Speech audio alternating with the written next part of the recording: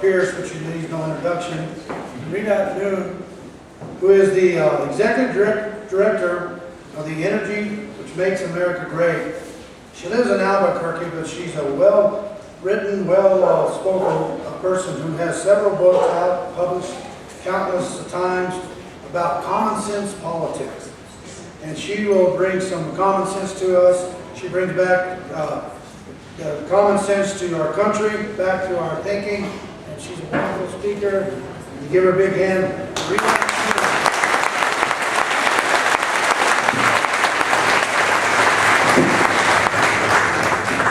How many of you here today are afraid for the future of America? Let me see your hands. Okay, that's good. We're all in the right place. How many think that Washington does not get it? Double hands, I see. Good. How many of you believe that they don't understand anything about what goes on in the forests of New Mexico? That's why we're here, folks, because you all are here to make a statement that you want government that is local and logical. That you want government that understands what you need here versus someone far away. And I know many people here today have thanked Ronnie and the Commission and Congressman Pierce, but you need to be grateful that you have elected officials who really care about what is going on here and are willing to take a stand and to fight what has been going on here. Now, they understand that the government that is closest to the people is the government that is the strongest. Now, though, I want you to think for a moment about why is this a fight? Why do we have to fight? Why do we have to be here today? We have to be here today because for the last 40 years, the environmentalists have had an agenda. They have had a plan. And they have been working their plan. Now, you know where those environmentalists are today? Where are they today? They're in Washington. Well, some of them are here holding their signs, and you know what? That's great for you because I want you all to realize that this is one of the wonderful things about America. That we can have diverse opinions here in the same room. And unlike what's happening over in the Middle East, we can have diverse opinions in the same room. That we don't have to be beating each other up. But you with the orange sign, we're glad you're here, but realize that most of the rest of the people here have a different opinion. And we want a government...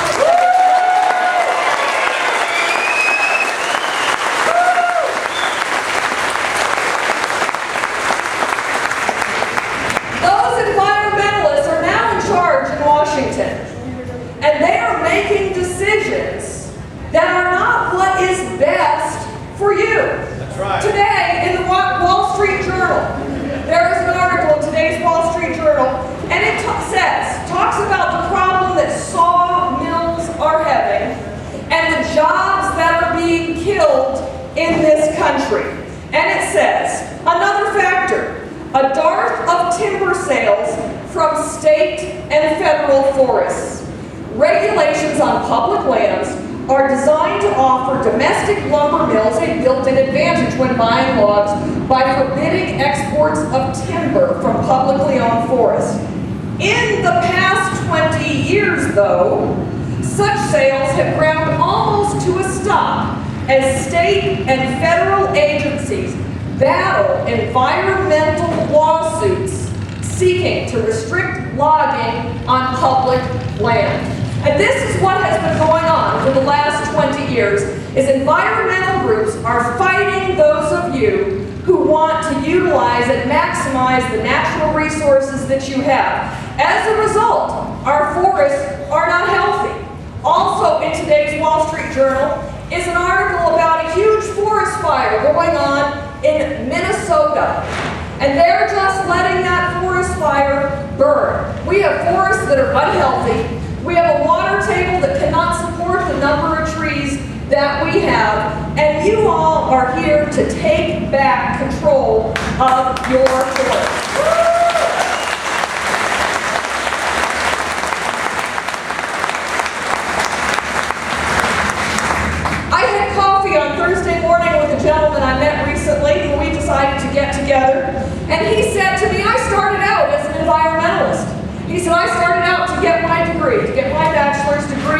in dirt and plant science. He says, I worked on some things that I thought were real problems, and we did a good job on them. We fixed some problems that were out there.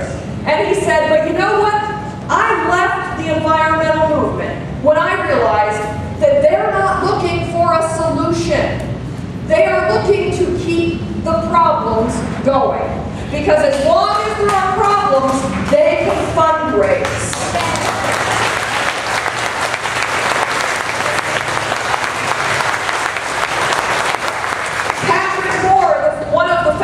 Greenpeace says the same thing. That in the 70s, when he was involved in starting Greenpeace, he says there were a lot of issues. The fact of the matter is, America then was like China is today. And we needed to clean things up. But you know what? We have cleaned things up. And as Patrick Moore said, as things got cleaned up, the environmentalists had to get more radical and more radical and more radical to find a reason for their existence.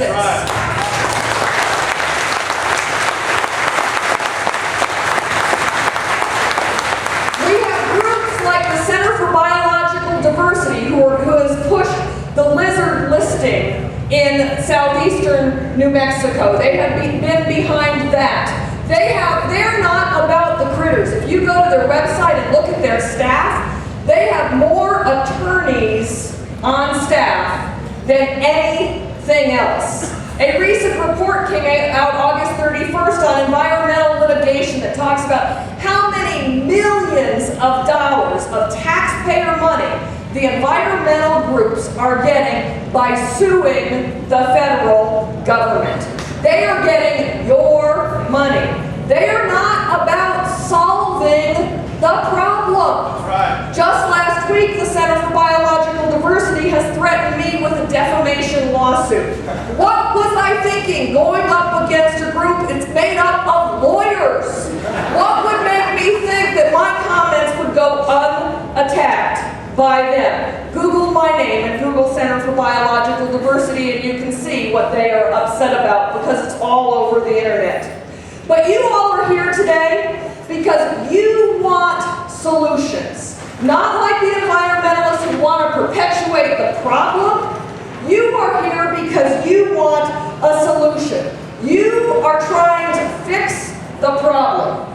And you know what? That is what America wants. Each one of you here today at the Otero County Tree Party are here because you want to find a solution. You are a part today of what we hope will be a new trend. Because you know what? America is angry. America is agitated. America is awake. And you are part of getting America back to what is local and what is logical. And each one of you here today is a part of what makes America great.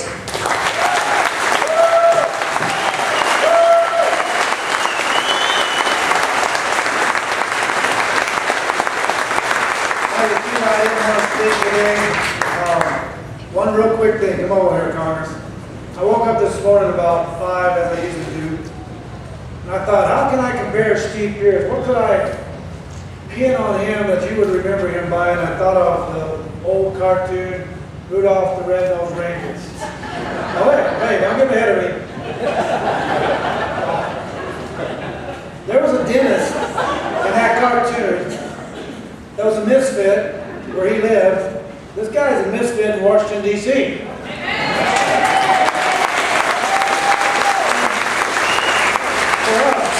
We don't think that, but Washington does, and we're glad because he don't fit in with that crowd. He goes up and fights them. He doesn't fall into their category. But watch this. That little dentist, if you'll remember the cartoon, ventured out into the states, the counties, and he found an abominable snowman who had big, bad teeth that was going to bite him. Remember that? What did he do? He pulled his teeth. This man's been out pulling teeth to these giants we haven't been able to face. And now he's going to go back home and he's going to be accepted because when they see this happening, they're going to listen to him a little more back in Washington and go, you know what? This guy has a following.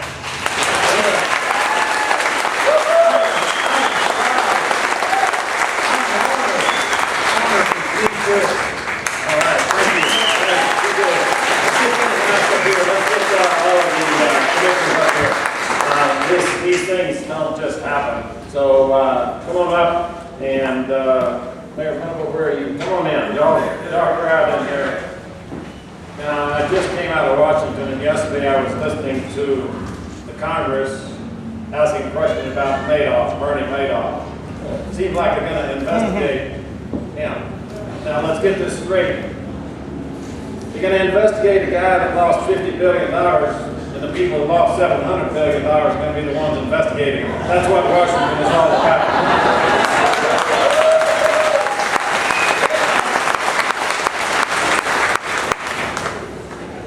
You know, we've got some of my friends with the Second Amendment groups here today, and a lot of people with the First Amendment, free speech.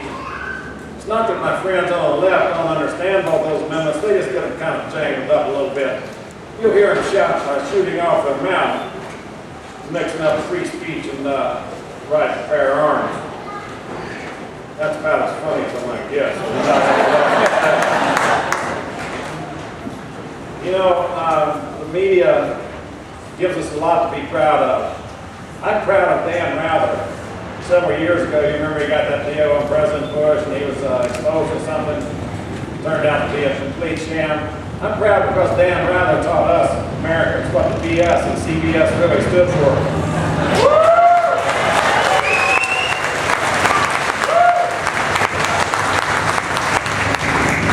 People are asking me why I'm taking the stance that I am.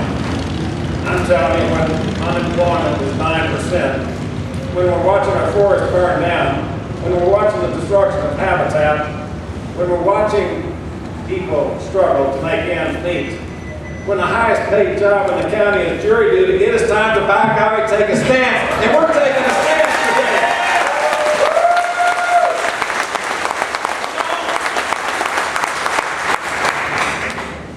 I want to say thanks to Ronnie Reardon, Susan Flores, Tommy Harrell, Mayor Venable, and Sheriff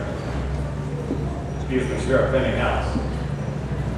I will tell you that across the nation, people have wanted to make this step. They have wanted to understand that the people are in charge of the government, but they're waiting for someone to take the first move. I was just in Washington the day before yesterday. Susan Flores was there, National Association of Counties. She will tell you, I'm telling you the truth, is that counties all over the country are looking at what you're doing here today. Right. Everybody wants to stand up for what's right. They just don't want to be the first one to stand up for what's right. So give yourself a round of applause, but give these guys a round of applause.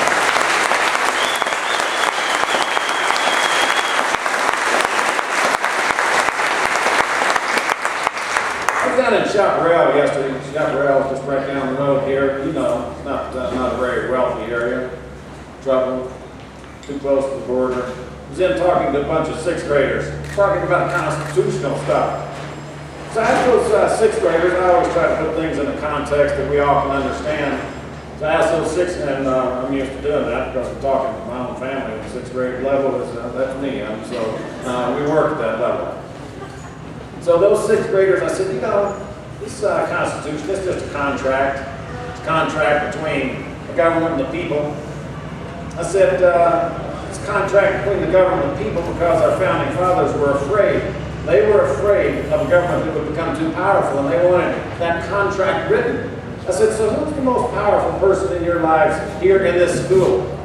The sixth graders were kind of slumping around, thinking about it a little bit, and finally somebody said, well, my teacher's pretty powerful. And they were talking back and forth about that, and finally one of them said, the principal. I said, that's right, the principal controls everything here. I said, and what do you want from that principal and those teachers? I said, just think about it. What do you want from them? What do you expect from them? They said, just treat us right. Sixth graders in Chaparral, New Mexico understand the basis of our Constitution. Just treat us right. Now, our founding fathers came over from England and they came over from other countries with kings, with all power. They wrote into this Constitution limitations to the government because they did not want to see that again. They did not want a king who could tell them how to live their lives, every move to make, who decided who moved up in society and didn't move up in society. Our founding fathers had a view. They had a vision of a country where people could accelerate and grow based on their own capabilities, where nothing could hold any one of us back, to where anyone could aspire to anything. And they wrote that into our Constitution by checking the power of the federal government. The power of the federal government is very limited. Read Article 1, Section 8. It's just a few short paragraphs. Those are the powers that are enumerated for our federal government.